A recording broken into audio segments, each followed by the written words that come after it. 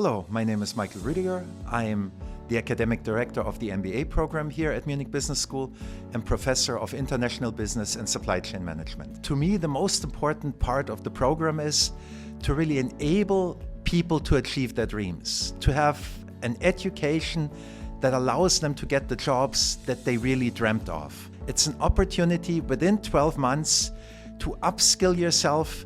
And again, it might sound funny, but to get the dream job that you're looking for. So we want people that share. We want people that have an opinion. We want people that are outspoken and that actively engage, in sharing of information and the classroom discussion. We do get the people that have C-level jobs later on.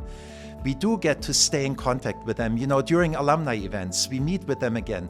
And we actually see that, all the work that we put into it, all the work that they put into it, that it actually paid off, that they now do have the jobs that can make a difference in the world and that make themselves as people happy. And the people that you meet here, not only your instructors, but your peers, the other students, will be the ones that push you that step forward. It really is a great thing to see.